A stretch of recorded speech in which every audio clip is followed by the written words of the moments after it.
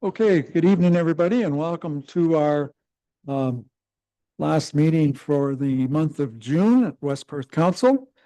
Just before we get our council underway, I would ask council and our guests, if they so wish, we'll bow our heads for a moment of silent reflection.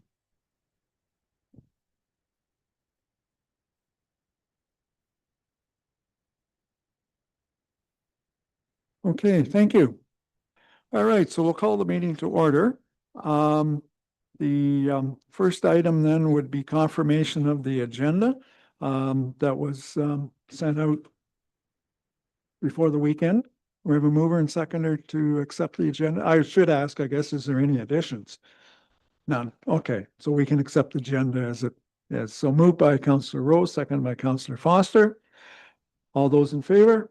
Opposed, if any? That is carried.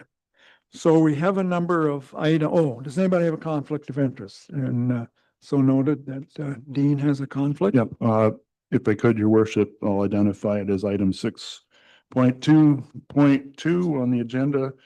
The K&D Rose Construction Limited topic.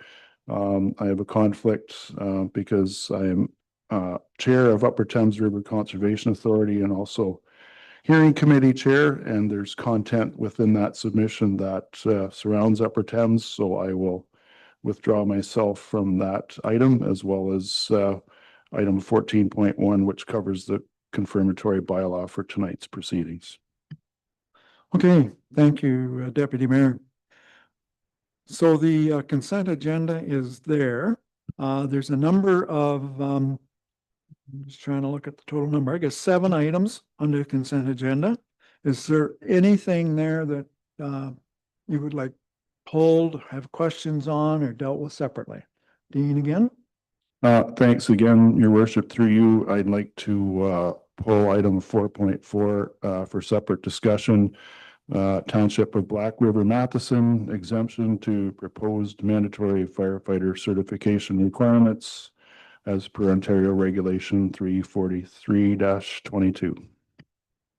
Okay, if I may suggest, Deputy Mayor,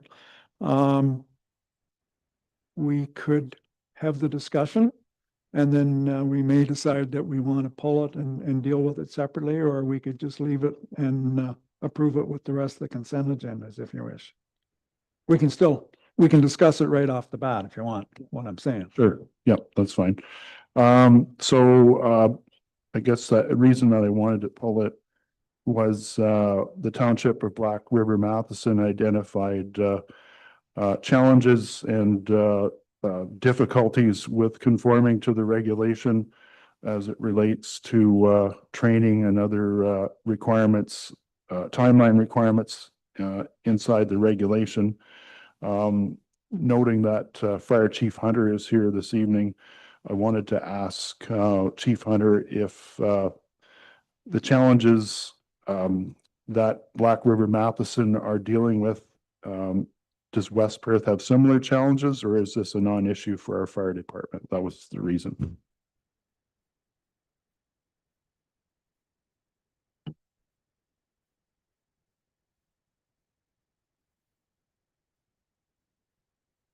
Thank you, Deputy Mayor, for the questions. Short answer, not going to affect the West Perth Fire Department. I'll give you a little bit of background, and then I can definitely answer all 3 of your questions. The firefighter certification regulation was implemented in between April and July of 2022, with it going into effect as far as our certification by the 1st of July of 2026.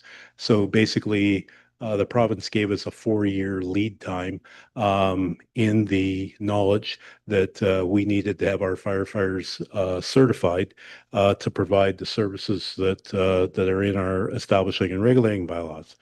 So once that came out, we kind of started the ball rolling. We were in really good shape. Most of our firefighters were already certified prior to the enactment of that regulation. But we have hired some people since then. So in coordination with Perth East, we have run 2 new recruit classes. And all those firefighters have now become certified. The other part of the regulation allows us, as we hire people, they allow us 2 years of time to certify people. So if we hired somebody on June 30th of 2026, the regulation allows us 2 years to train them. And with the classes that we've just run, we can train our firefighters within about 9 months to get them up where they need to be. As far as the shortfalls, there haven't been any yet. Um, uh, Most of the items, well, all of the costs for 2025 were in our budget under our training budget line. So there's been no issues there. We simply just paid our share to Perth East for the cost of the courses. Um, there may be a need in the future for some training props locally, but we'll certainly bring those up during the budget moving forward. Right now, I don't see any, but I'm not going to say what could happen 5 or 10 years down the road. And yeah, we don't, just to close, we don't anticipate any major issues with the regulation. Quite honestly, it's going to improve safety for our firefighters and improve the level of service that we provide to the taxpayers. Thank you, Bill. Dean, That's excellent. Thank you, Chief Hunter. Appreciate it. now the question is, do you want it left in here or would you like some action taken on it? No, we'll leave it in here. I just Okay. wanted to get the West Perth perspective. That's No. all. Thank you. No, that's good. Is there any other questions with the consent agenda? Okay, seeing none, we do have a motion here that Council Municipality of West Perth accept the consent agenda items 4.1, 4.6 for information and the minutes of the June 2nd, 2025 regular meeting be adopted. Got a mover and seconder for that. Councillor Phelps, Councillor Harold, all those in favor, opposed, if any, that is carried. Thank you. Okay, I think for the next part, I'll move over to the side here.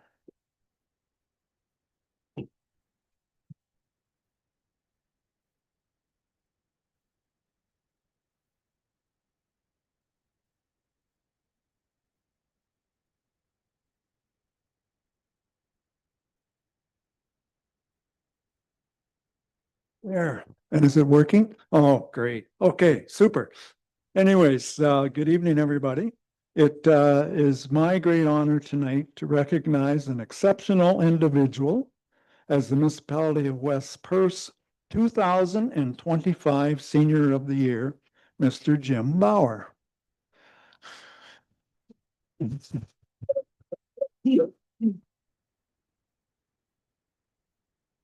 You just realized what you were here for, didn't you? You had no clue, did you? Anyways, I'll go ahead here and then we'll have you come up and I'll present you with our frame and I think Matt has something as well for you. So this award is presented in partnership with the province of Ontario, celebrates seniors who at the age of 65 or over continue to enrich the social, cultural, or civic fabric of our communities. And Jim Bauer is a shining example of just that. And the glow you see tonight isn't that, it's just he's happy. Raised here in West Perth, Jim has built a life deeply rooted in hard work, community, and service. His career began in 1972 as a machinist with Hendrickson's Manufacturing in Stratford.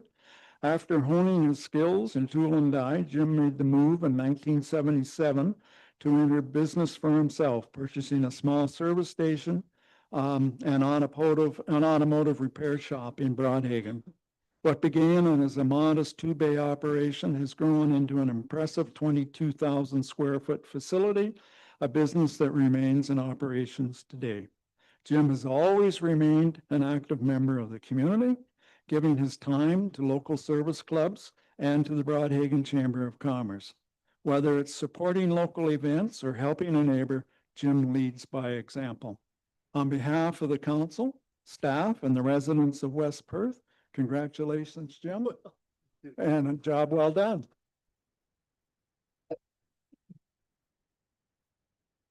We'll, I'm gonna ask, I'll present this to you right now, and then we're gonna have Matt come up here. And then following that, we'll just maybe move everybody a bit to the side and we'll go up in here and do a group shot with the West Perth sign in. Anyways, very good. Matt, come on up. Good evening, everyone. It's great to be here to celebrate Jim and well-deserved recognition by the municipality and the province of Ontario for the Senior of the Year. I don't have a nice certificate frame, but I do have a certificate on behalf of the province as well, Jim, and just thank you for all that you do for Broadhaven and West Perth. It really does mean a lot. Thank you, Jim.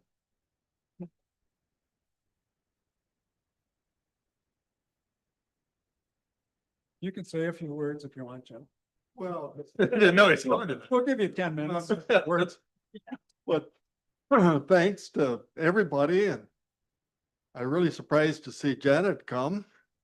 That's really something. My brother and sister, my son.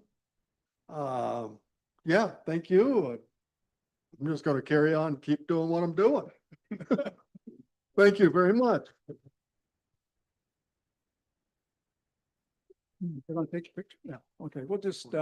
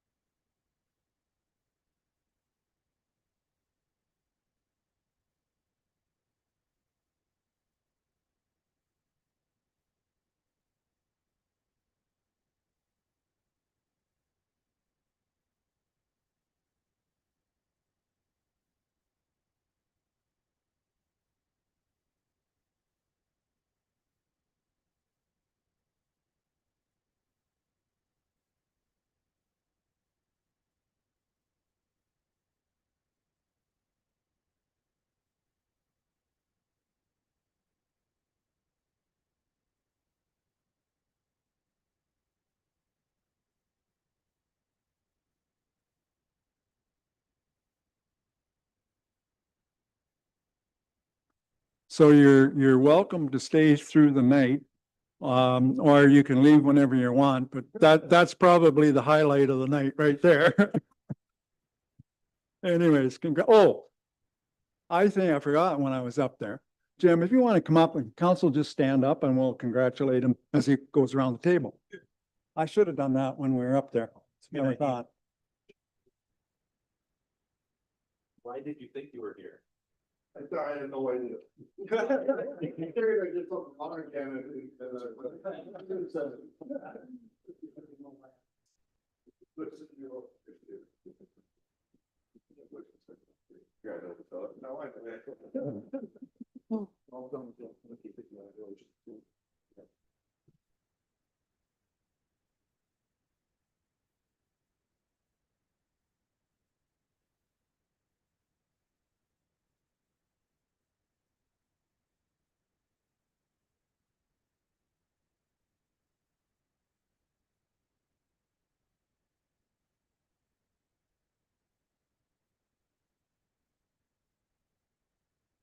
Okay, moving on with our agenda. The next item is the 2025 Asset Management Plan with Andrew Marabella. So if you wish to come up, we'll let you have the mic and the floor.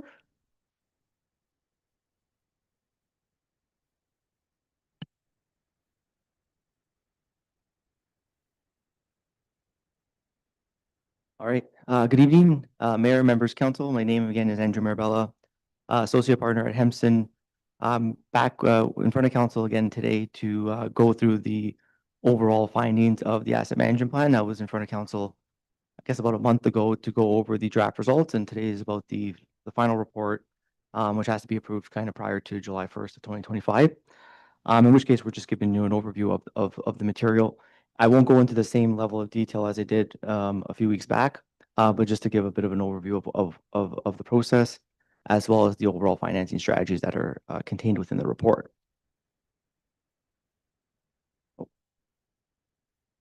So just to kind of go over the legislation requirements, again, where the plan has to be prepared under Ontario Regulation 58817, which is the asset management legislation. There was a series of deadlines that the municipality had to hit in terms of the progress, all of which have been done up to this point now, which is the preparation of an asset management plan under the proposed levels of service for July 1st of 2025, which contains all municipal assets. The plan in front of you does have that component in it, so it will be compliant over the planning horizon. There are annual updates, which is going to be critical in the asset management roadmap and kind of the way the municipality will implement the plan. So they'll be coming back to council every year as part of a general update in terms of levels of service, the state of the infrastructure, and some of the other kind of points within the regulation itself. But this plan will be compliant in terms of the planning stage, and that has to be reviewed again in a 5-year timeframe. Just to kind of go over the asset portfolio, it's quite extensive, valued at about $800 million. We put in the box there on the right in terms of what the 2019 valuation was, just for some context, which was around $450 million. So quite an increase since that time. Part of what's driving that, we've noticed since then, inflation kind of has taken off. So increase in capital costs, we have better information, better data. Municipal staff have done a really good job of trying to improve their asset management program and what assets they currently own, which is all kind of attributed to the new valuation that we've got there. Within the $800 million, your roads and related infrastructure, bridges and culverts, stormwater, water infrastructure, that's going to be the lion's share of the value. Typically, we do see what we call the core services, your hard services, engineered ones being the most valuable parts of your municipal infrastructure, and that's not dissimilar from municipality to municipality. Overall, in general, the assets are in fair condition. We see that just under 50% are in that good to very good category, about 35% represented in fair condition, and then about 18% of the assets that are in poor to very poor condition. From a overall perspective, the fair condition is fairly consistent from what we see, and obviously a pretty good measure here. The finance person in me always kind of makes sure that we take note of the assets in fair condition. It's a pretty big number here, 35%. So we want to make sure that with your municipal practices and the maintenance of your assets, we're taking care of those ones in fair condition so they don't kind of drive into the poor or very poor. Conversely, either stay in fair or get better. So that could be a bit of a swing category if without the proper asset management tools, it could drive into the poor condition. So extremely important category from the management of your infrastructure going forward here. In general, we're looking at this process was about the proposed levels of service. So we documented all the existing levels of service and we met with staff to go through what the proposed level of service was. And then we came to council with those proposed levels of services and to move forward with our asset management plan itself. Generally speaking, there was a process in which we tried to do that and we set what we think is the right cost and the life cycle activities in order to achieve those targets, which have been outlined in the document itself. So when we think about the management of infrastructure and part of the way the life cycle costing strategy sets out in the regulation, we usually do a series of different things in terms of the management of infrastructure in a municipality. And it's categorized into these 6 different categories, ranging from your non-infrastructure solutions all the way down to disposal activities. But it typically represents what would happen through the course of an asset's life. Some of the activities there, such as your maintenance activities, are general routine operating budget funded tasks that are being done on a regular basis. Think about inspection programs, think about regular oil changes on your vehicles. Those are general activities that if municipality doesn't do, the asset might just not even meet its targeted useful life. It might fail earlier. So those are regular costs that are required in order to manage your municipal infrastructure. Some of the more capital intensive related activities, your capital replacement activities, your renewal and rehabilitation activities, more labor intensive, costly activities that are required as part of your asset management program, your road renewal activities, your building rehabs, your vehicle replacement activities. Those are what fall into those capital activities. And that's what we try to kind of forecast throughout the asset's life. And it's part of what makes up the asset management program. All those different costs lead into kind of a 10-year planning horizon in terms of what our expenditure requirements are. And we see on this slide that we have it broken out between our tax support infrastructure and then our rate supported assets. On the tax supported asset side, this is looking at the cost solely to meet the proposed levels of service, which we've identified as about $107 million over a 10-year planning horizon. And it's divvied up between the different activities. You'll see your renewal and rehabilitation. The gold part of the bar representing the lion's share in both cases. The operations and maintenance activities are generally, again, funded within your tax budget, and on the rate supported side, funded through your rate supported budget. But those are the activities that you generally do on a day-to-day basis to make sure the assets maintain in operation. On the tax supported side, we have a need of $108 million. On the rate supported side, it's much less than that, about $35 million over the planning horizon. So what we do is we look at the total costs relative to our projected revenues over that same period and identify what the funding gap is. And part of the requirements here and part of what we want to try and understand is what is the required increase or the gap, and what do we need to do in order to bridge that gap over the 10-year horizon. So we see on the bar graph here, the left side represents our total costs over the 10-year horizon to meet our level of service, which is that $107 million. On the right side, we have our total funding over that same period. And you'll see that the total funding that we've assumed is about $83 million. And that's funding if things were to maintain at existing levels. And what we then have is, well, if we don't make any changes to our asset management program, and we continue to assume that we're going to get some CCBF funding continuing to be in place, and we utilize our reserve, so there's already some funding built into that, and we don't make any changes to that, we'll still have a gap of about $25 million over that 10-year period. And that's the $25 million gap that we're trying to solve for. So within the municipality, if we were to try to bridge that gap in order to meet our levels of service, what does that mean from a tax levy or a contribution requirement perspective? So in order to close that funding gap, the municipality would have to increase your capital investments each year by about $550,000. And if you increase it by the $550,000, that if you put that into the tax levy perspective, it's about 4.6% of your 2025 tax levy. We recognize that contribution, everything that we've done here is in a kind of constant dollar world. So it's all in 2025 dollars. So that would have to still be adjusted for inflation. Now, one of the things I know that's in the staff report is just the recommendation that the financing strategy be brought forward for consideration during budget deliberations. And that's something that you'll have to kind of deliberate during your budget time to what the actual increase is. But these are the cost requirements and the revenue needs in order to meet the level of service. I will note that if we think about the presentation and with also what's contained within the report, my presentation a few weeks back, we called it a benchmark infrastructure gap, which is a much higher tax levy requirement than what we have here under the proposed level of service. So we have made significant reductions or adjustments to the expenditure need to kind of try to tie it back to what's needed in order to meet our levels of service over the planning horizon. If we go to the next slide, that kind of covers the tax supported assets. The next slide looks at the rate supported assets. We see here we have the same kind of methodology, our cost analysis on the left side of the bar at $35 million, the 10-year revenue requirements at about $34 million, and we have a much more modest gap here of about $1.3 million. And that in order to kind of close that gap over a 10-year period, we're seeing an increase in your rate supported contributions of about $30,000 a year, which is less than 1% on your rate revenues. We always suggest that the rate needs, those are always usually assessed pretty regularly through either rate studies or your water financial plans, which are required under the legislation, a different legislation. So those could always be brought forward and considered with that. And within the rate context, there's other competing factors there. There's obviously operating costs, similar to what you have on the tax supported side, but it's also balanced against how volume are changing and how the number of users are actually connecting onto the system and growth. So it's a little bit more sensitive on that. So we want to make sure that you're always reviewing the rates in context with your water financial plans and your rate studies on a go-forward basis. So, there's certainly a couple different approaches here. And what we have in order to close the gap, we've obviously presented the more financial and direct financial solutions in order to close the gap, both on the tax and rate supported infrastructure. We're certainly continue to encourage municipalities like yourselves, and what you've been doing is to seek that support from upper levels of government to help try and close some of that gap and try to address some of the deficiencies that are contained within it. Certainly increased investment in infrastructure would be a positive step in the right direction here about increasing your capital contributions, increasing those contributions to reserve, whether it's spending on capital or going into a future reserve for replacement.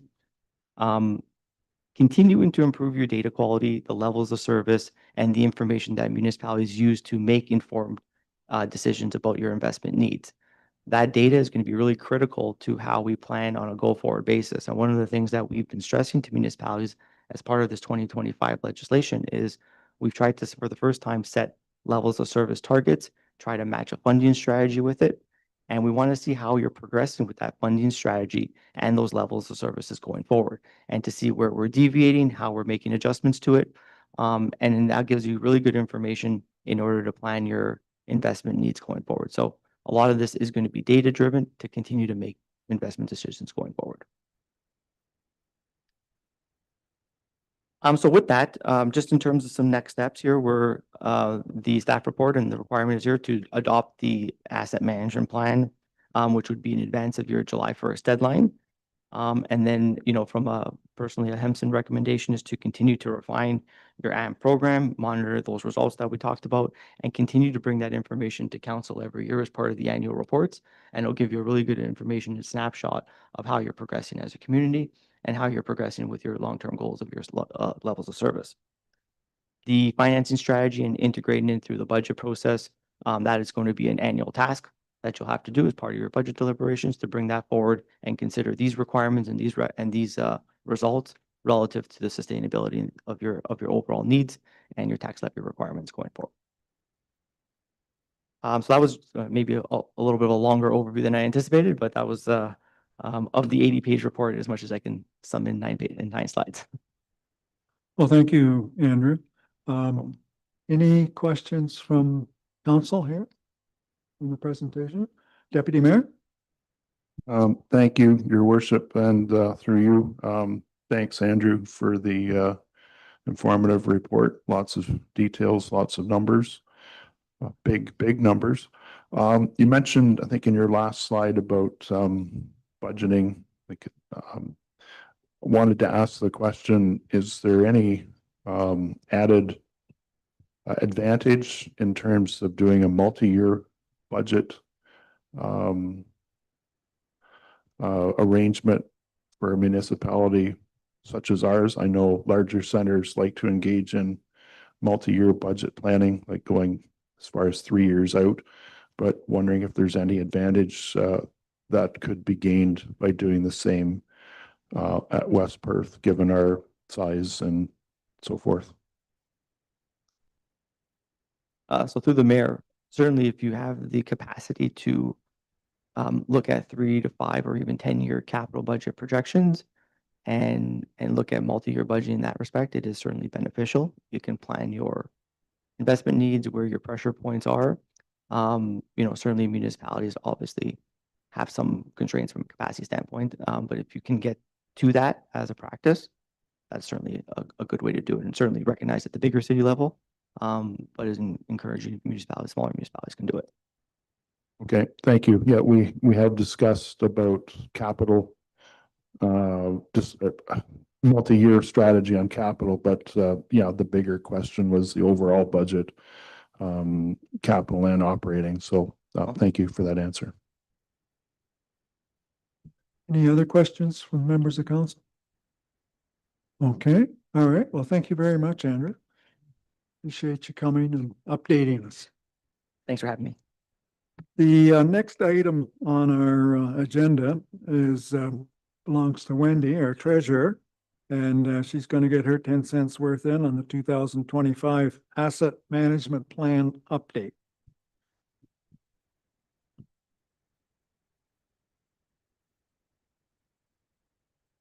Well, good evening, Mayor and Council, and I'm going to try and keep it short and sweet because that presentation hit a lot of the points in the report.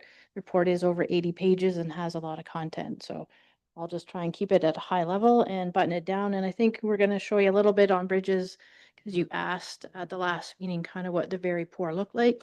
So we'll show you at high level what it kind of looks like. So again, the report.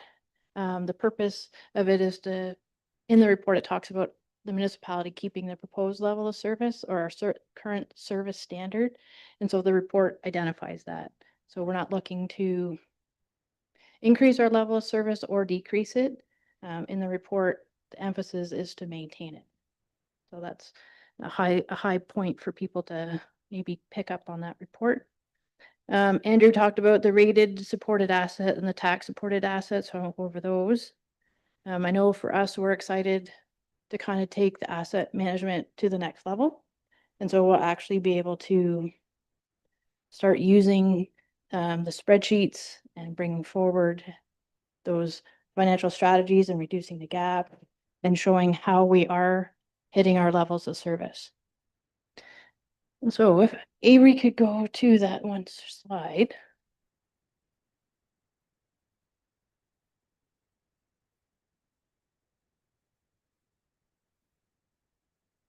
So I think when this slide came up in the report last time, the question was, what is the red and what makes up the red? And so I think when we see red, we want to fix it. But when we look at the red to us, it's showing very poor, but that's based on a lot of different conditions. And so it holds a BCI value, which is in your OSIM report. And in the red identifies, oh, on this page, identifies 19 structures. And out of those 19 structures, 74% of them are 2 points away from poor. So they've just rolled into the very poor section. And so we looked at a couple of the examples in there, and there's structure 35F that's in there. It's had the same BCI value for 10 years. It hasn't fluctuated. So when you look at the red, we shouldn't try and fix it. It's just maybe understand what's in there. And bridges are high value items. So that structure alone is not scheduled for replacement until 2032. So it'll sit in very poor for the next 7 years. It also has a replacement cost of 2.9 million. So knowing that now, we can strategize to make sure we've got funding. So if we normally do $1.5 million for bridges in a year, we know that we might need more money in that year for bridges. Just kind of preparing ourselves for 2032. So hopefully that helps kind of break down bridges more on a meat and potato. If there's any questions in the report, we are looking for adoption so we can meet the legislation requirement. So that's the purpose of my report. Hey, thanks, Wendy. Breen. Questions? Don't see any hands going up, so sounds good. We do have a recommendation here, and that's what Wendy's looking for tonight. And it's that the Council of Municipality of West Perth adopts the 2025 Asset Management Plan as prepared by Hempston Consulting Limited in accordance with the Ontario Regulation 588/17, and that the approved asset management plan be posted on the municipal's website as per legislative requirements and to ensure public access, and that the council receive the financial strategy component of the asset management plan for information only at this time and direct staff to bring forward the final financial strategy during the 2026 budget process. So a mover and seconder, if you're in favor of that, would be good. Councillor Phelps, Councillor Rose.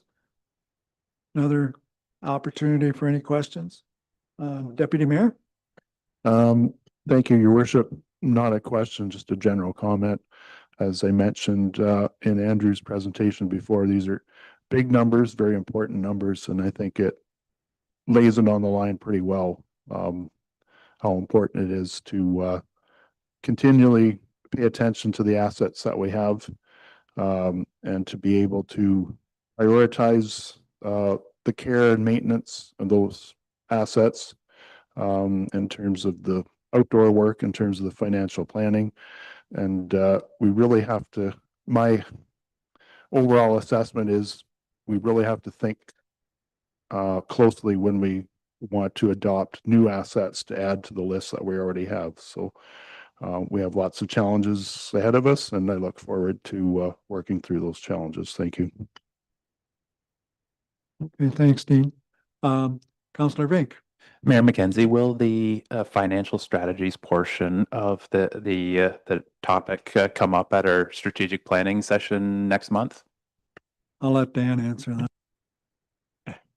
I don't think the strategy portion will come up at that, but from that meeting, then we'll go make the financial strategy if that makes sense. Anybody else? Okay, the motion's been duly moved and seconded. All those in favor? Opposed, if any? That's carried. Thank you.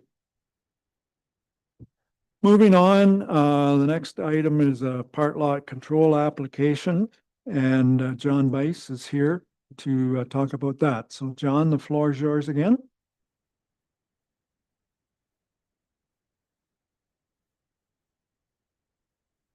Thank you, Mayor McKenzie and Council. This application is for part lot control at the Red Star located at 101 and 103 Clayton Street in Mitchell. We've done a few of these in this specific neighborhood, as I'm sure Council will remember. But this specific part lot control application is to divide parts 48 and 49 so that each can house one dwelling unit of a semi-detached dwelling. The building or the semi-detached building maintains all the requirements of the zoning bylaw. So we're here with an approval recommendation. And this is the current construction. Thanks. Okay, John, thank you. Any questions for John on the part lot control? Okay, if not, we do have a recommendation here. And it is that the municipality of West Perth approve the application by 10002549896 Ontario Limited for the exemption of part lot control on lands legally described as Plan 44M-88, Lot 19, Mitchell, in the municipality of West Perth, being all of PIN 53200-0421, and forward it to the County of Perth for approval, and that the approved bylaw be provided to the municipality of West Perth to be registered on title. We have a mover and seconder for that. Councillor Rose, Councillor Fournier. Any questions? Last call. All those in favor? Opposed, if any? That's carried. Thank you, John. The next item, you're dealing with that too. It's John's night. Okay, and this is to deal with KD Rose Construction Limited. So John, the floor is yours. Thank you, Mayor McKenzie and Council. So this application before you is an application for a draft plan of condominium extension. It's file WP 19-02. The owner is KD Rose Construction. It's located at 230 Ontario Road at the Red Star, which is across the road from Tim Hortons, actually. Next slide, please. So the draft plan of vacant land condominium was approved in 2019, and it encompasses an area of about 1.36 hectares. About 7 buildings are proposed with a total of 28 townhouse dwelling units and multiple common element items. One common element block, that is.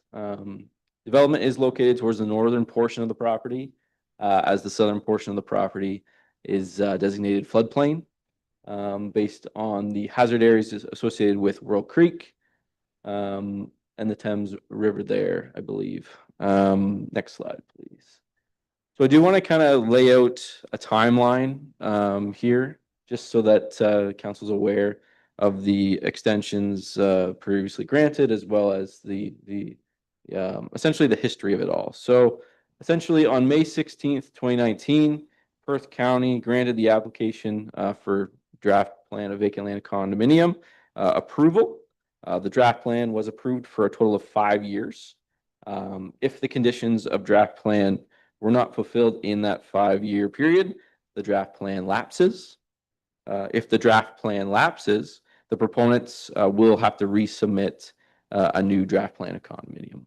The process starts essentially all over again.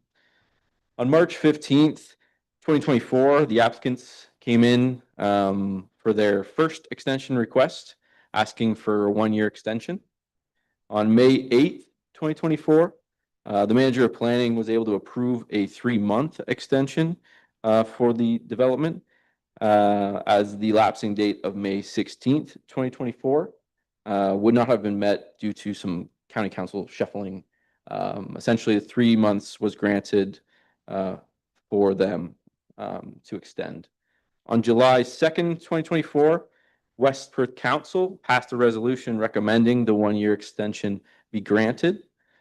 July 4th, 2024, County Council approved the 1-year extension.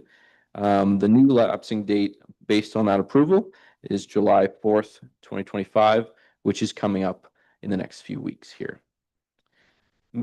So May 1st, 2025, that is the most recent items that have been submitted. So essentially the applicants have applied for their second 1-year extension here. And if approved, the new lapsing date that they're requesting is July 6th, 2026. The addition of a few days is just to accommodate some weekends. This will give them essentially over 7 years to fulfill the conditions of draft plan approval from the original May 16th, 2019 draft approval date. Next slide. So I do want to identify that the items that have continued to progress after that 1-year extension was granted.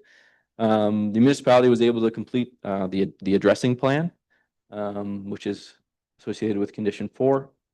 Conditions 7 and 8 relate to earth power and the municipality of West Perth easements that have been registered, and they will be submitted once final clearance package is ready.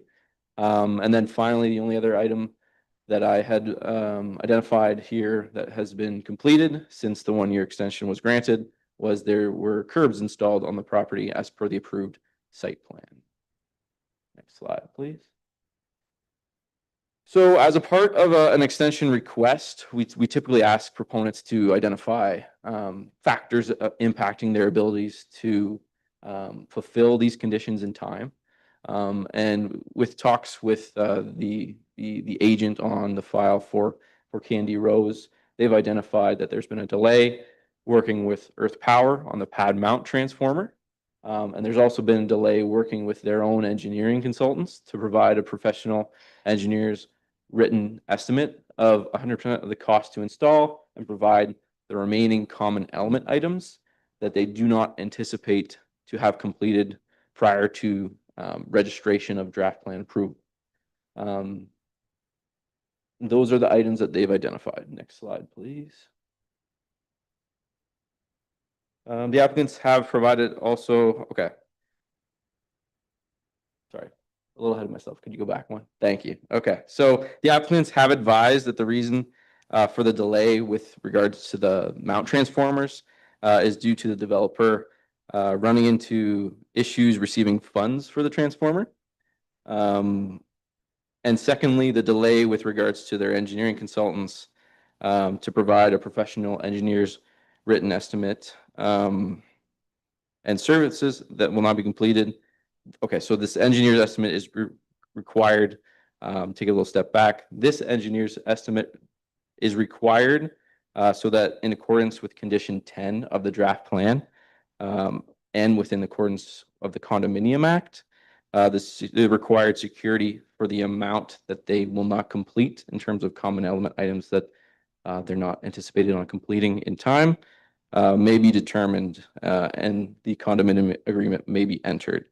So the delay here essentially is caused by the modifications to the amount of fencing and landscaping required, which has impacted the final security estimate for that specific common element item.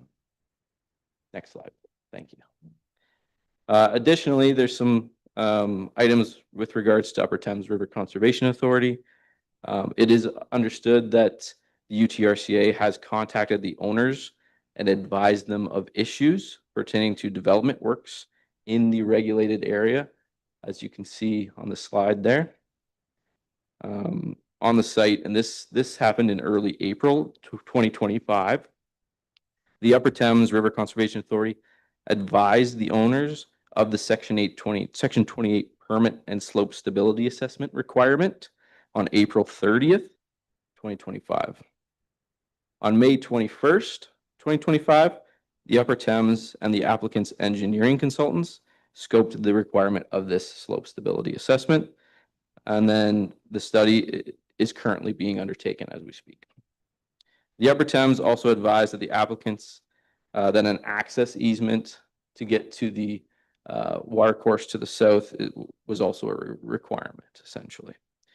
So although the Section 28 permit is a requirement prior to the issuance of building permits, it's not actually a requirement nor a condition of draft plan of condominium. So therefore, the Upper Thames requirements aren't preventing the applicants from satisfying the draft plan conditions and proceeding to registration at the land registry office. However, the applicant and the Upper Thames are in discussions to determine the location of that required easement in favor of the Upper Thames River Conservation Authority. And these access easement may or may not influence the location of some of the townhouse units. So it's important to confirm this access easement location with Upper Thames prior to draft plan registration to ensure that the locations do not need to be changed to accommodate the easement. So essentially that is the main reason why the recommendation is the way it is. And we'll get into that here. Next slide, please. So this is an image of the property, July 2nd, 2024, 2 days before they received their 1-year extension last year. Can you go to the next slide? And this is June 12th, 2024. As you can see, the only items that have been completed is the curbs. It should be noted, no building of any townhouse units can be started or completed prior to registration of the draft plan of condominium because they're building townhouse units. So no building of the units can happen before they go ahead and register. And they've asked for another year. So if granted, no building of the townhouse units will begin for another year, essentially. So next slide, please. So staff's recommendation at this point, based on the age of the original approval, the limited work being completed on the site after the applicants received their 1-year extension, and the request being the second of its nature to extend for 1 additional year, the 1-year request isn't warranted in staff's opinion. Staff are of the opinion that additional time is needed to determine this access easement location between Upper Thames and the applicant to ensure no changes of draft plan are required. Therefore, staff are of the opinion that a limited extension of until the end of the year, which would be December 23rd, 2025, is appropriate for the applicants to complete the project. Therefore, planning staff recommend that West Perth Council support a reduction to the applicant's request to extend the draft plan approval until December 23rd, 2025, rather than the 1-year request. Thank you. I can take any questions. Okay, thank you, John. Questions for John on this? Councilor Rose? If we were to give them till December, do we have any idea would Upper Thames be done with their stuff? Are they guaranteeing they can be done with that stuff so the other could be done or not? So through the mayor, I reached out to Upper Thames staff and they advised that the Section 28 permitting process shouldn't take much time at all. I understand that that's not why the recommendation is the way it is. It's the easement. And they've kind of lumped it together that 6 months is appropriate. So they've lumped the easement and the Section 28 permit as 6 months they've identified as that would be an appropriate time to complete those 2 items, the Section 28 permitting process and the easement. So, because I don't understand this sort of stuff, I'm just asking. So they're asking for an easement, like a roadway? Through the mayor, essentially, they're asking for access easement in case they need to get to the river to perform maintenance or perform other items. Maintenance on the river. Yeah, essentially, yeah. I believe it's pretty standard with lots that size. And with the plan of subdivision or plan of vacant land accommodation process, I just don't think it was captured almost 6 years ago at this point. So if that helps you out anyway. Counselor Foster, and then Dan has a comment as well. So if Upper Thames is saying that 6 months is appropriate to get it done, does that leave him enough time to complete the other requirements of plan of subdivision if it's going to take them 6 months to get their part done, if he can't continue with the rest till they know where it needs to go? So through the mayor, the only real item that needs to be addressed for the registration is the easement. So if they don't complete the Section 28 permit process by the end of the year, essentially nothing changes. They just need to have the Section 28 permit in hand prior to going for building permits, which they can't go for building permits until it's registered. So the only factor, in my opinion, that's influencing additional time requests is that easement.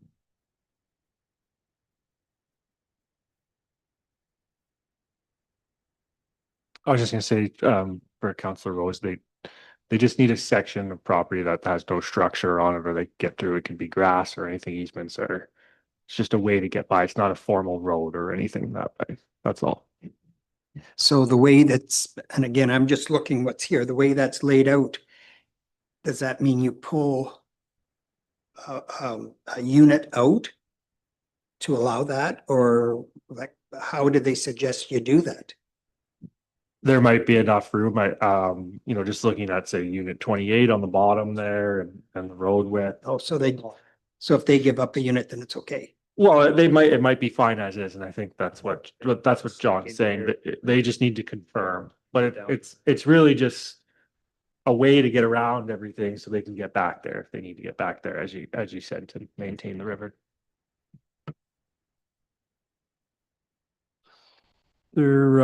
There must be other accesses along there that you could get down to the river, wouldn't there be? Like, I'm thinking of all the houses that are along there, That's and what I the want. river is behind them all. Yeah, does everybody have to have an access or? They may not have an easement in that area. I don't have that information. But Other questions? Should be able to. No? So we do have a motion here, but I think we need to have a little bit more discussion as to where we're gonna go on this one.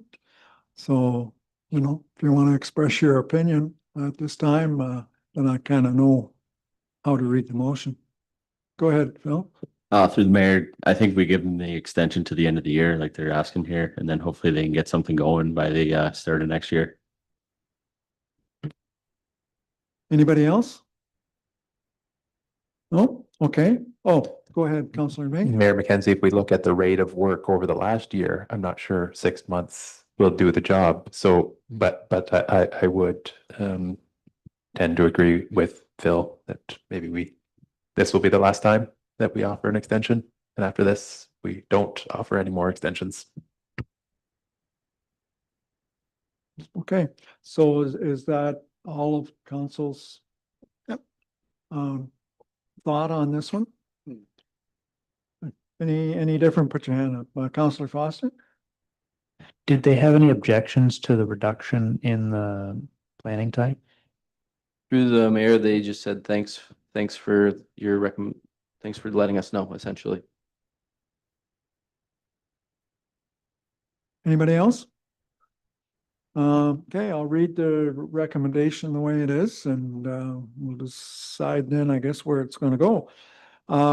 So the recommendation is that the Council of Municipality of West Perth recommend to Perth County Council that a one-year extension to the draft plan approval be denied for KD Rose Construction Limited, plan of condominium file number WP 19-02 for lands legally described as part of park lots 81 and 82, registered plan number 341, Mitchell, parts 1 and 2, 44R-6043, West Perth, and that the Council of the Municipality of West Perth recommends to Perth County Council that an extension of draft plan approval to December 23rd, 2025 be approved for K&D Rose Construction Limited. Plan a condominium file number WP 19-02 for lands legally described as part of park lots 81 and 82, registered plan 341 Mitchell, parts 1 and 2, 44R 6043 West Perth. Do we have a mover and seconder for that recommendation?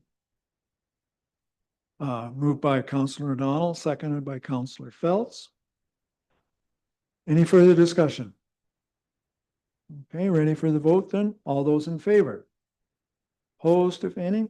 That is carried. Thank you, John. Now, with council's permission, I'm going to ask that we move 6.7 up to be next on the agenda, and it'll give Nick an opportunity then to explain that. It is we're just moving ahead a couple items. So, Nick, if you want to come up and explain the ice usage, that would be great.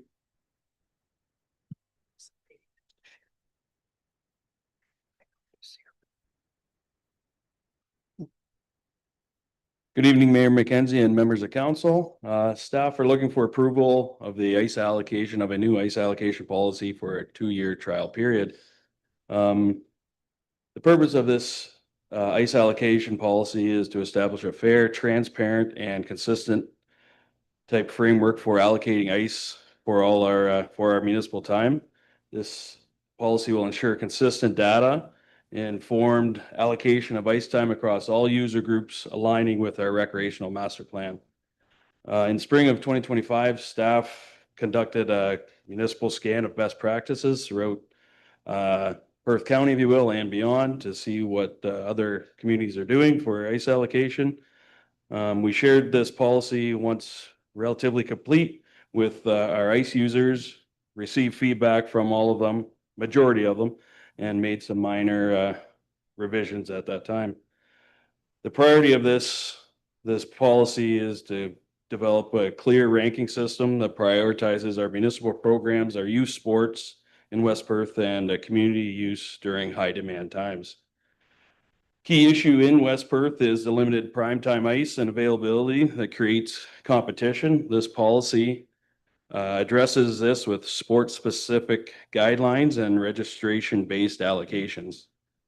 One of the key issues, as mentioned, limited prime time availability. Oh, I already went through that part, sorry. Conflict resolution for this, if there is any, as we move forward in this 2-year trial period. Initial disputes, if any, will be handled by staff and or myself with the final decision. Anything from there on, if user groups don't agree, will get moved on to council for their final decision, and anything from that point on is final. Our next steps with this is to work through a 2-year trial period, which will allow evaluation policy effectiveness before permanent adoption, and align this with the amalgamation of boys hockey into zone play and their 2-year trial as well.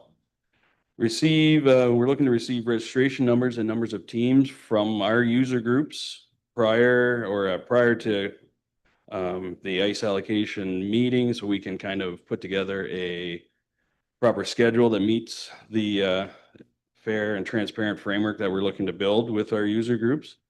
And we're trying to put together, like I said, a schedule for review, and then have our final meeting and discuss any issues at that time. So again, we're looking for approval of this ice allocation policy for a 2-year period, and if there's any questions, I'm happy to answer them at this time. Okay, thanks, Nick. Questions for Nick on distribution of ice? No questions? Oh, Deputy Mayor, sorry. Thanks, your worship, through you. Nick, thanks for the report. Thanks to you and staff for diving into this with both feet first and consulting the user groups to get us to this point. You mentioned this is a 2-year trial. Will council get an progress update, say after year 1, just to be able to get I guess lessons learned after year 1, after presuming that this is accepted and implemented, would council get an opportunity to hear from staff after year 1 on how things are going? Through you, Mayor McKenzie, I think that's a great idea for us to come back and let you know where we are standing with this first year of ice allocation. I think so, yes. Thank you. Other questions? Go ahead, Councillor Vink. Mayor McKenzie, through you, do you have a sense of how the new zone hockey will impact the number of teams or players that'll need ice here in Mitchell? I don't know 100%, but with what I've heard through members of the hockey and public, that not as many people left as they anticipated for the zone hockey from West Perth. But that can't be confirmed until we get registration numbers, which should be anytime now from hockey.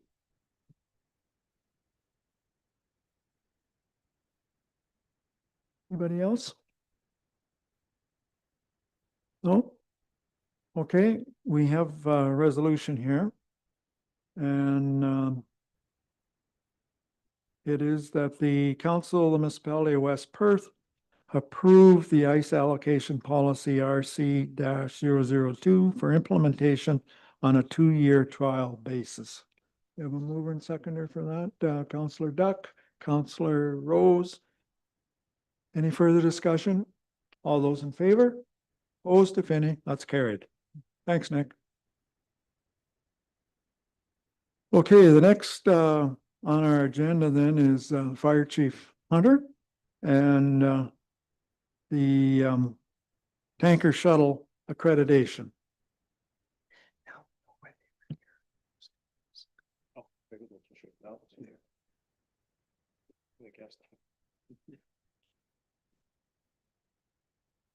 Thank you, Mayor and Council.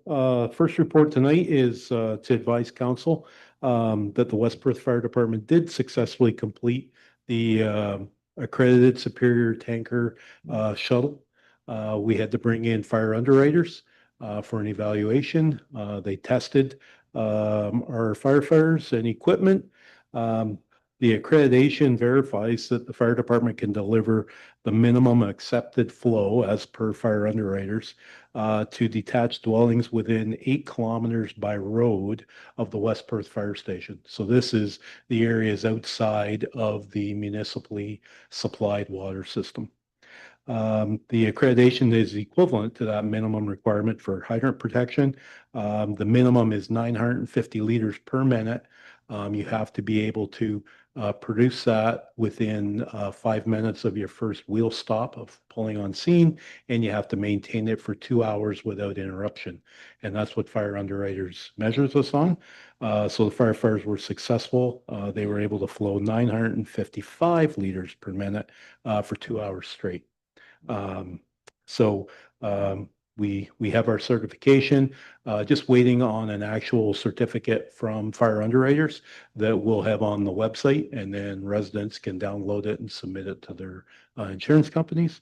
And I do want to take the opportunity to thank council for the support in previous years, especially in acquiring the second tanker. I think without the second tanker, we wouldn't have been able to accomplish this task. And I'll gladly answer any questions. Okay, thanks, Bill. Questions for Bill on the testing? Councillor Foster?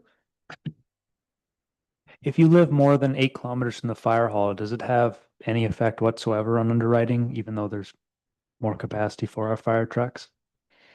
As far as fire underwriters is concerned, no.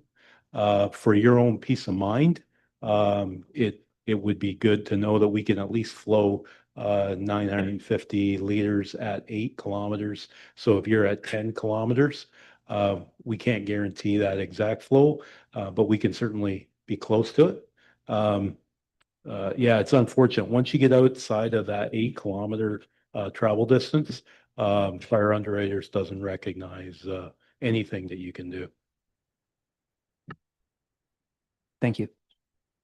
So I guess the question I have, Bill, this has to be met, the 950 liters has to be met with our own equipment. And I'm thinking of, quite often, even if we have a house fire, we'll bring in mutual aid from Stephenville or Moncton or Seaforth. But that doesn't count in a case like this. Correct. So the accreditation is specifically for the West Perth Fire Department. And it has to be, the testing is based on the equipment that we can provide in the event of an alarm 8 kilometers away from our area. If we included our mutual aid partners, and for whatever reason, they weren't available when there really was a fire, then we've really done it's kind of a disservice to the taxpayer, letting them think that we can provide a certain amount of water, but we're still relying on outside agencies to assist us. So it is specifically to the municipal fire service. Okay, thanks. Any other questions? No? Okay. We have to do the recommendation yet. I didn't do it. No. Okay, so we do have a recommendation here that the Council Municipality of West Perth receives the West Perth Fire Department tanker shuttle accreditation report for information. Mover and seconder of that, Councillor Phelps. Councillor Chessel, thank you. Any further discussion? All those in favor? Opposed, if any? That is carried. Thank you, Bill. The next item is also yours, the board up service. Thank you, Mayor. So the second report is another advising council of a new service that the fire department can offer to property owners who've had the unfortunate experience of having a structure fire. So 1-800 board up, they are owned by the Belfort Group. So they're out of Stratford and Waterloo, and they provide a service. They will respond within an hour to anywhere in West Perth. To a request from us. And they will put up fencing to create a safe area around a burned out building. If there's windows that are out or the roof's been damaged and there's a need to protect the building for insurance purposes, they'll do all of that. They don't charge the municipality for the service. They charge it back to the property owner's insurance company. If the property owner doesn't have insurance, they still do all of the work and they just eat the cost. They won't charge someone that doesn't have insurance. One of the things that's in our process, because some people say, well, you're just forcing this company on a property owner. Our operating guideline is for our incident commander to go up to the property owner and say, have you contacted your insurance company? Do they or do you have a company that would be willing to come in and secure the property? And if the property owner says no, we can say, well, we have a guy that can be here within the hour and explain that to them. But the property owner's under no, they're not being forced into using board up. It's just another service that we provide. And hopefully it gets our firefighters off the fire scene quicker and back to the fire station and protect the building for the property owner. And I'll gladly answer any questions. Okay, thanks, Bill. Any questions for Bill on that topic? Don't see any hands going up. So we do have a recommendation here that Council Municipality of West Perth receives the 1-800 board up service report for information. Mover and seconder for that, Councillor O'Donnell and Councillor Duck. All those in favor? Opposed, if any? That's carried. Thank you, Bill. Moving on, the next agenda item is Director of Operations, and I see we have Richard Wright with us tonight, so he's going to talk about the Consolidated Water Bylaw, the Manager of Environmental Services.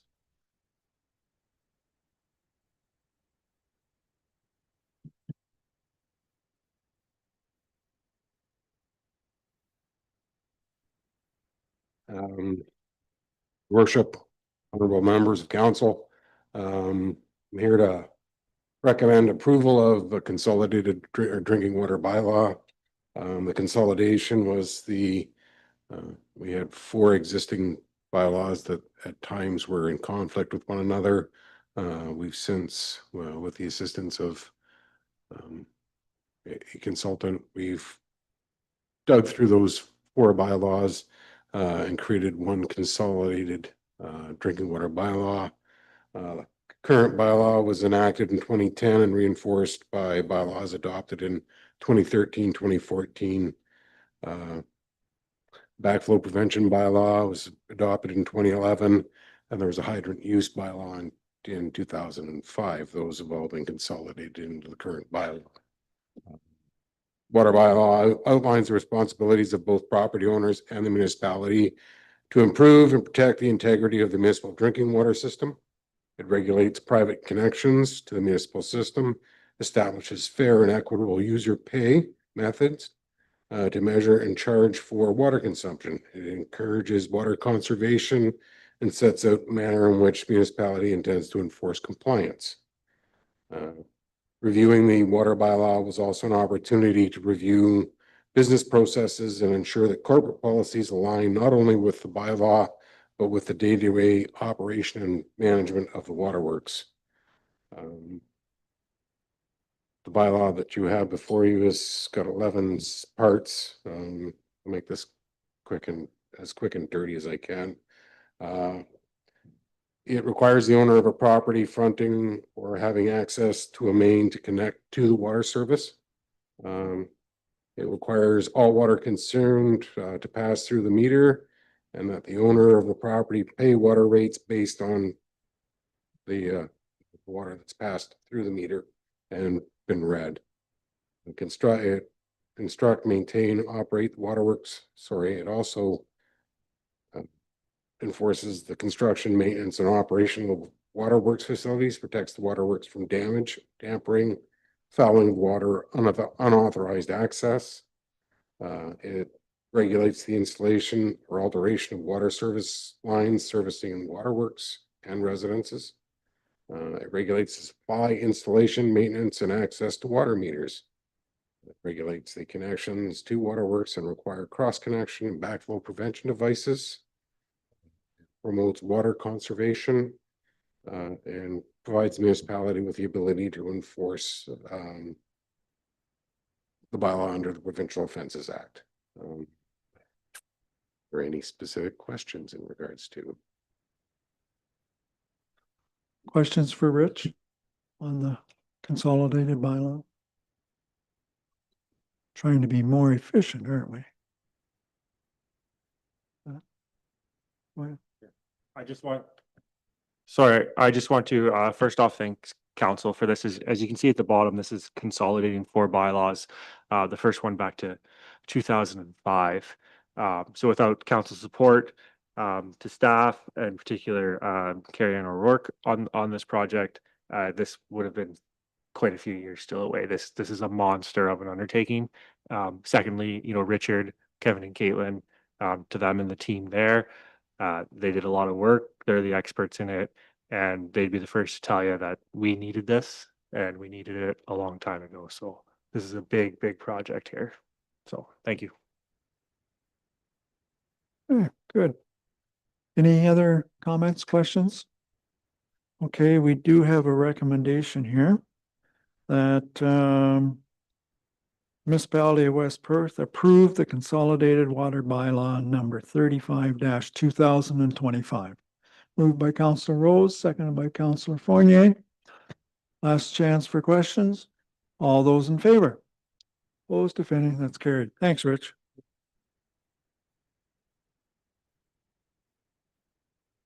So the next item is in the clerk's department and request for a section 78. So James, I'll turn it over to you.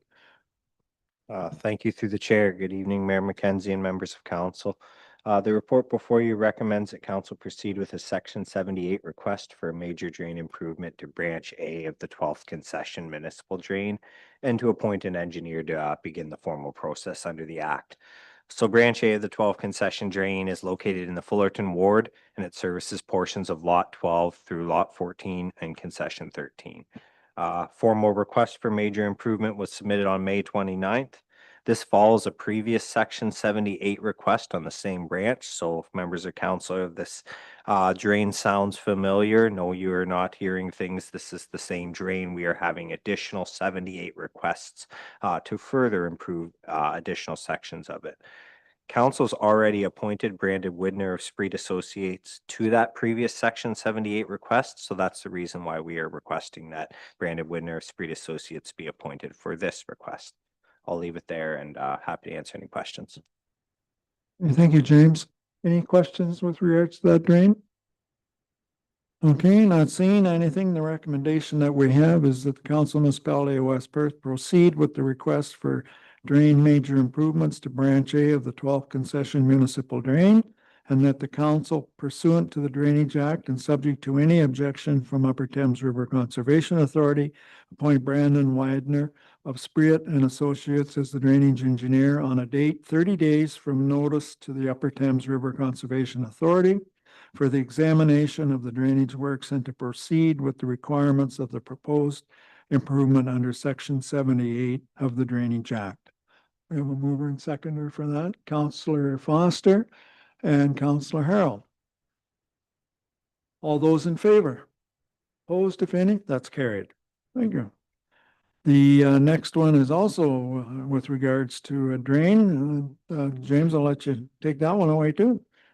Great, thank you through the chair. This is a request for a section 4 petition for a new drain. The drain is located very similar to the areas of the previous section 78 request we just dealt with here. So again, located in the Fullerton ward and servicing the same lot areas. So again, this request has come about because of the section 78 work that's occurring in the area. This owner has now requested that a new drain be installed to essentially hook into the existing branches that are there, being either the 12th drain or the Cook drain. I'll leave it at that at this point, and certainly happy to answer any questions from council. Okay, must have been an area where there wasn't a lot of drainage in before. I think this is about the third or fourth one that we've done. Heavy clay, eh? Yeah, okay. Any questions for James on that one? Okay, the recommendation here is that Council Municipality of West Perth accepts the petition received from Dustin Snyder under Section 4 of the Drainage Act, and that staff be directed to notify the affected landowners, appropriate agencies of council decision to proceed with the drainage works, and that the Council Municipality of West Perth appoint Brandon Widener of Spreet Associates to prepare the engineer's report for the proposed new drainage works. We have a mover and seconder for that. Councillor Harold, Councillor Foster. Any questions? All those in favor? Opposed, if any? That is carried. And the next one is an addition of a special meeting on July 21st. James? Yes, great. Thank you through the chair. Essentially, this report is just a request to council to amend the approved schedule of meetings. That is to convert the July 21st, 2025 meeting from a regular meeting to a special meeting and request start time at 6 p.m. I'll leave it there. Happy to answer any questions. Thank you. All right, questions for anybody? Councillor Duck?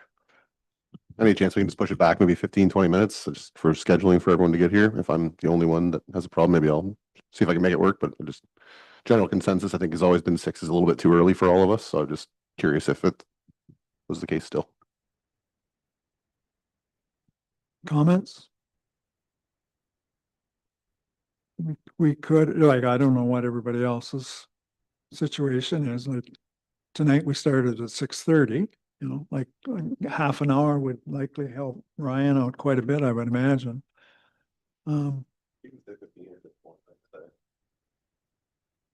I like to stick to the top of the hour or the bottom of the hour. It's easier to remember. What's the feeling of council on that? Is that a good possibility to do that? We're okay? All right. What about staff? We cut a half hour off to start and you're gonna add another half hour on the end, right? Yeah.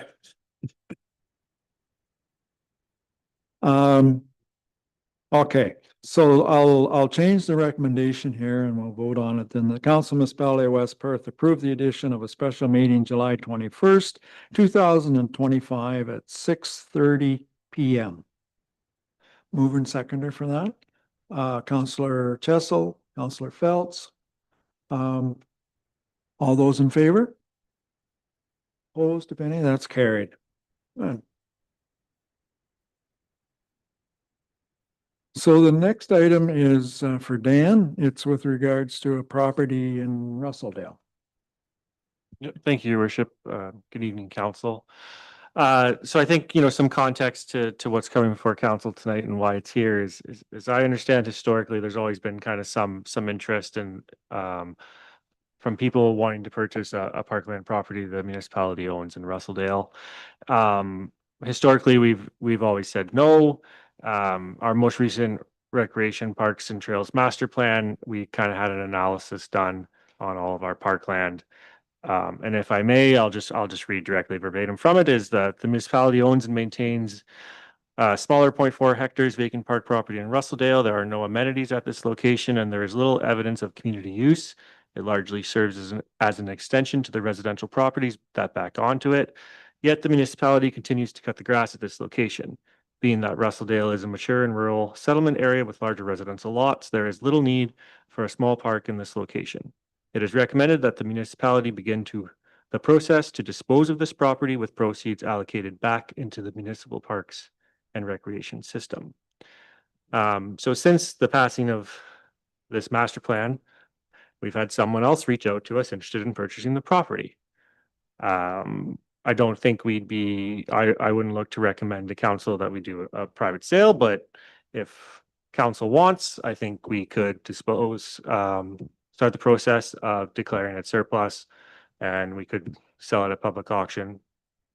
If council doesn't want to do that, then I don't think staff are going to put any more time into this, but if council's entertaining of it, then we can do a little bit more work on this and see what happens. So Questions for Dan on this particular property? Councillor Harold? Yes, thank you. So do we think some of the people or all of the people possibly that live or built residence in Russelldale feel that they have a piece of parkland there that they could use if they chose to, and we're just going to remove it? Like if you lived there and you thought there was the potential, whether it's got playground equipment or whether you just use it as a playground to kick a soccer ball around or play catch or whatever, it is still a park area. So are we taking something away from people that they feel they've got and now we're just removing it? potentially that could be. I think, the master plan does further go on to identify that if, we are going to declare parkland surplus, there is a couple different things that we should be looking at as best practice, and one of those is community input. But again, if council's not interested in it and the answer is just no, then I think this dies right there and we can move on to something else. But if council thinks that we could potentially sell it, and I don't even know at this point if it's a building lot or if it's just a lot. I don't know. But I didn't want to go spend the time if council doesn't want to do anything with it. So that's kind of why we're here. I guess that was kind of the question I was going to ask you. With the drain that goes through at the back of that property, some of that obviously will be floodplain. So is there actually a saleable lot there? Like enough area that it could hold a house on it? Yeah, if you want me to report back with that, I'm happy to do that and let you know maybe some options if it is a buildable lot. and what a plan could be from a community input standpoint if we wanted to declare it surplus and go down that route. But I wasn't going to do that again if there was no interest from council in declaring it surplus. Counselor Foster? I think we should go about declaring it surplus. I mean, it's an empty lot. The only houses that have ready and convenient access already are the two, because of the way the ditch runs, are the two along the highway, which already have their own yards. It's just a plot of grass on Hawking Drive. I didn't even know the town owned it, and I've lived a mile from it my whole life. So I'm not really sure if the community would know. It's not really relevant, but it's not, a lot of the people in those houses are older anyways at this point in time, but that always changes. Okay. Counselor Phelps? Just a question, are we cutting it or is anybody maintaining it? Or just to grow out, we're maintaining it right now, so it's actually costing us to, yep. Anybody else? Deputy Mayor, go ahead. Thanks, your worship, through you.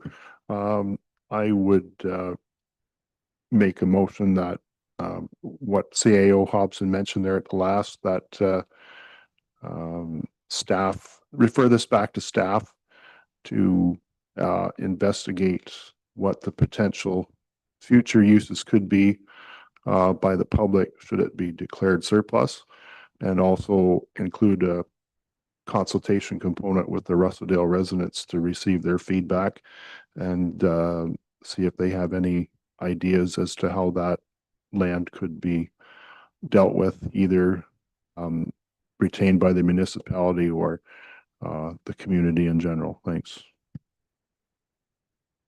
Okay. Counselor Harold?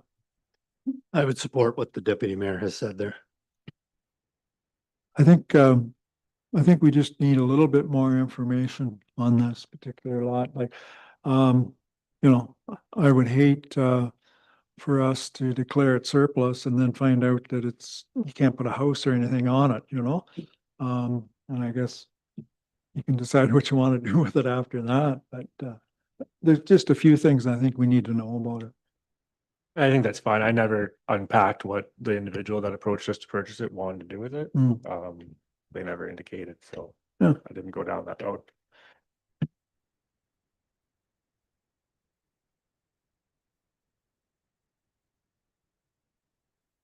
Okay, yep. So Dean made the motion that we defer decision at this time and refer it back to staff. And Councillor Harold seconded that. So I think it's probably a good move on our part just to make sure the i's are dotted and t's are crossed. Any other discussions on this? All those in favor of deferring it then? Opposed, if any? That's carried. Very good. And the next one is very similar, I guess, Ann Street. Yeah, a little bit similar, a little more further along, but I wanted to get this one in front of council because this predates me, I think, when this started, and it goes back to former CAO Brick is when this one started. So it's been being worked on for quite a few years. So I just wanted to get it out there so council's aware of everything that's happening. You know, we've seen some road closures there, and I think the report and the plan pretty well sum it up. But you know, we've been in the community, everything's surveyed. You know, we've spoke to everyone we can speak to, and we're maintaining a trail access down through that extends to the bridge, and just divesting ourselves of some of the road. Part of that road we currently plow, so that's going to save us some money. In the winter operations, we won't need to plow it anymore. But I just wanted to bring this forward and make sure it was clear and everyone is aware what we're doing here before we do it. If there's any questions, I'm happy to answer them. Yep. Questions for Dan? Everybody knows where the property is. It's just by the Liffey drain there, really. Okay. If there's no questions, then we got a recommendation here that Council Municipality of West Perth approve the sale of Part 1 Part 6 and Part 7 of Ann Street is identified in Plan 44R 6354. We have a mover and seconder for that. Counselor Foster, Counselor Duck. Any further discussion? All those in favor? Opposed, if any, that's carried. A number of items, UTRCA, drinking water source protection, natural resources, reintroducing the Geologic Carbon Storage Act, and Earth refreshing their branding.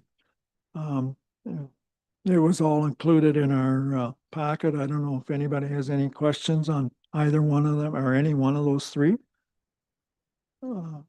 Counselor or Deputy Mayor Tronkowski. Yeah, thanks, Your Worship. Through you, on item 7.2, the Ministry of Natural Resources reintroducing of Geologic Carbon Storage Act. If I read that correctly, the government's looking for comments. Would it be appropriate for West Perth to ask Perth County Planning if they could provide any comments in that regard to that item? I don't see any reason why we couldn't, you know. Anything further, Dan? No, I think we can ask, for sure. No deadline. Is there when they want comments in by? Through the chair, no, the notice was last updated in May of 2025, but they do not appear to have a deadline date at this time that I can identify. Okay. Oh, we can just send them a note and ask them if there's any what positive or negatives with regards to this for us in West Perth. Okay. Anything else on the correspondence? Huh? If not, then the recommendation is that the municipality of West Perth accept the correspondence as information. Mover and seconder for that, Councillor Vink, Councillor Harold. All those in favor? Opposed, if any, that's carried. Mitchell Grizzlies, 46th annual slow pitch tournament. Another one of these yearly events that we see.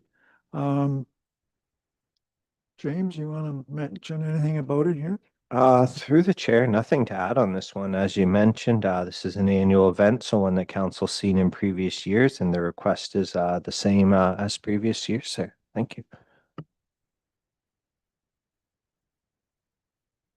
Okay, the recommendation that we have here is that the Council Municipality of West Perth approve the request from the Mitchell Grizzlies slow pitch team to declare the Mitchell Grizzlies Cornfest slow pitch tournament held at Ketterson Park on August the 15th, 2025 from 12 to 1, August the 16th from 9 till 1 a.m., and on August the 17th, 2025 from 9 till 9. To be of municipal significance and or community significance, and advise the Alcohol and Gaming Commission of Ontario that it has no objection to it taking place, and that the Mitchell Grizzlies slow pitch team coordinate the provision of private security personnel after 6 p.m. on the scheduled event dates, and secures additional washroom facilities for the event dates to satisfy the community services staff for West Perth. Moved by Councillor Rose. We have a seconder, Councillor Phelps. Any discussion on this one? Okay, all those in favor of this motion? Opposed, if any? That's carried. We do have some bylaws. I don't think we have any council reports at this time, not that I'm aware of. So the bylaws we have is bylaw 33 to provide for drainage works in the municipality of West Perth on the Kennedy branch of the Downey Drain. And we give one reading to that only. Bylaw 34 is a bylaw to exempt from part law control plan 44M-88. Which was dealt with by John Bice earlier this evening. And bylaw 35 is a bylaw to provide for the regulation of the municipality of West Perth's Waterworks and repeal bylaws 71, 70, 21, and 23 over the various years. So that was what Rich was talking about. So I guess we'll do the first one by itself. So the first bylaw is that municipality of West Perth give first reading, I guess I'll pull it right out, first reading to bylaw 33, which is the drainage works of the Kennedy branch of the Downing Rate Drain. So we have a mover and seconder for that, or yeah, mover and seconder for first reading. So Councillor Foster, Councillor Harold, thank you. All those in favor? Opposed, if any, that's carried. So then the next one is that, make sure I don't get tangled up in this one. So the Council Municipality of West Perth give first and second reading to bylaw 34, 35, 2025, the 16th day of June. So mover and seconder for first and second, Councillor O'Donnell, Councillor Rose, all those in favor? Opposed, if any, that's carried. And then the final one here, that the Council Municipality of West Perth give third and final reading to bylaw 34 and bylaw 35. We have a mover and seconder for third reading, Councillor Phelps, Councillor Foster. All those in favor? Opposed, if any, that's carried. There is a list of coming events happening in the towards the end of June and into the holiday weekend, I guess.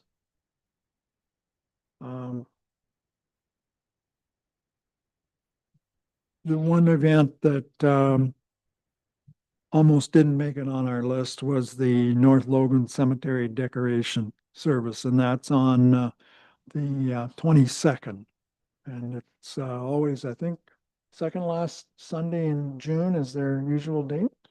It's Sunday the 22nd, your worship, starting at 2:30, and the cemetery is located at 6742 line 53, which is west of Highway 23. And I won't say my usual comment about cemeteries. Okay, next is a notice of motion, and I'll turn it over to Councillor Duck. Thanks, Your Honor. Yes, pretty straightforward. Just looking to see if there's any interest in having the agenda published a couple days sooner. I think it's vital that we all have enough time necessary to read and ingest things and have the proper time to ask staff. So yeah, I thought we could look at moving it back to Wednesday and just see if there's any interest for that. Thank you. I have some thoughts and comments on it, but I'm going to let staff go first. So James. Thank you through the chair. So should council wish to move forward with adjusting the agenda publication timeline, essentially it requires amending our procedural bylaw under section 6.1C and 6.4. So from a staff perspective, aligning internal report submission deadlines with the revised publication schedule is definitely achievable for us. So this is certainly something that's doable and something that that we can work on. The key consideration I'd flag for council would just be that in some cases, staff might have a slightly compressed window to prepare follow-up reports between meetings. And that's specifically if you're looking for an item from one meeting to the next. So the example I'd give is based on the September 16th meeting date, we'd be publishing agendas on Wednesday, September 11th. Staff submissions for that, we'd ask staff to have all their materials into us the Monday prior to that date. So essentially in that case, if council requested follow-up on something from September 2nd and they wanted to see that at the 16th meeting, staff would have that week to complete the report and follow, which depending on the size of information is definitely doable for them. That's the only thing I would flag from a timing perspective. Otherwise, certainly doable for us and something, like I said, that I would just ask staff to bring back a report with the amending procedural bylaw updated to that effect. I think I'll leave it there and turn it back over to council at this time. Thank you. Any other comments? The only, and I'm not saying it's a negative thing, but it's moving our information back, that it would, you could easily be, well, you're gonna miss that week, but then our next council meeting won't be for 2 weeks. So if there was an item there, it's quite possible it could be 3 weeks before you would see it around here. Right? Yeah. Counselor Foster? If any piece of information that came along in that week was of critical importance, couldn't we get an amended one on Monday like we normally do when things are missed on our Friday agendas? Anything's possible, Alex. Yeah. Deputy Mayor. Through you, your worship, I would support Councillor Duck's notice of motion request. Perhaps with the extra lead time leading up to a meeting, it would negate the need for staff follow-up. So it kind of can cut both ways. But my experience from other meetings with other councils and boards, having that extra time seems to work out for the benefit of both those attending and councillors attending and the staff as well. So I would support Councillor Duck's request. Okay, thank you.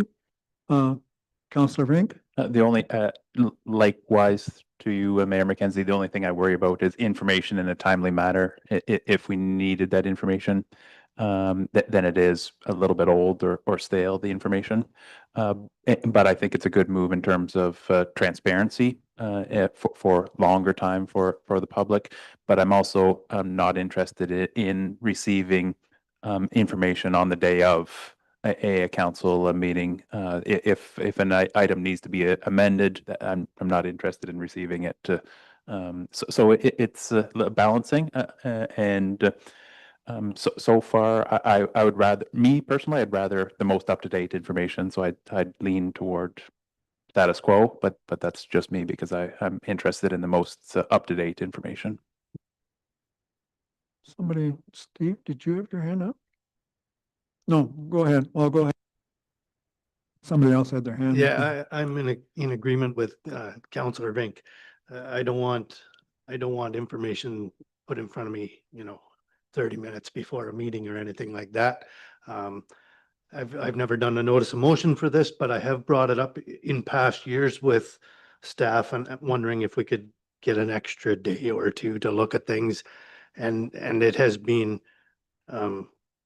presented similar to what the mayor has said, that, those 2 days, there are times when those 2 days are pretty important. And if there's a time sensitive item and we take it on the Wednesday as a cutoff, we'll say the Wednesday's the cutoff, maybe even Monday's the cutoff. I don't know, but you're going to lose 2 more weeks. And some things are dependent on, we kind of pride ourselves in getting things done pretty quick here. Not too quick, just we don't delay. If we can get things done, we get them done.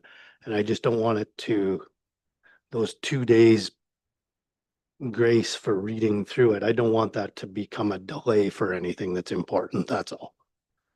Okay, thanks, Steve. Councillor Foster. What if the stuff was moved to Thursday? That'd move all of the internal issues to the end of the day, Tuesday, correct? That everything would be due, or would it still default? Or would you still have it on the Monday for staff? Through the chair, so we're playing a little bit of mental math here, but the Wednesday prior was the request in the notice of motion. So that's when we would publish. We don't get everything from staff 2 minutes before and publish. So we need a day or two to do that.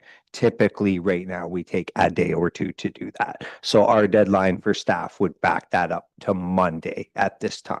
And then that gives the clerk's team receives all that information first thing Monday, and we have that out to you by Wednesday at 4:30 p.m. So that's under the current. If you change that to a Thursday, then it would just go the Tuesday. We just keep backing the train up there. So we're not allowing any extra buffer for us as staff in this. This is keeping our timelines the same and giving council 2 more days to digest the information.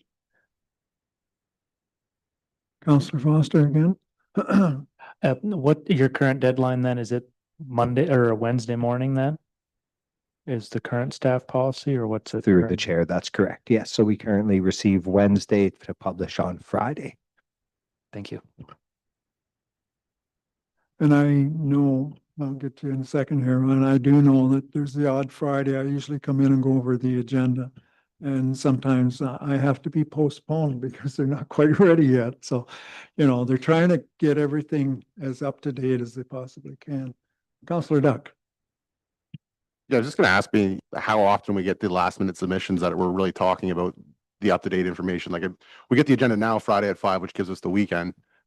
If there's something that came in once in a blue moon at past Wednesday, like, is it not still something that could be given to us if we get it by the Friday, then we still have the weekend? We're not having it that same day. Like, I don't think this is an every week thing we're talking is happening. It's probably once in a blue moon or here and there. And I think to hold up this motion because of the odd time something comes in later in the week, I think if it's necessary, you can certainly still give us a report to be added on Friday. We add things kind of regularly, but I think just holding up for these reasons I don't agree with. But anyway, that's my 2 cents.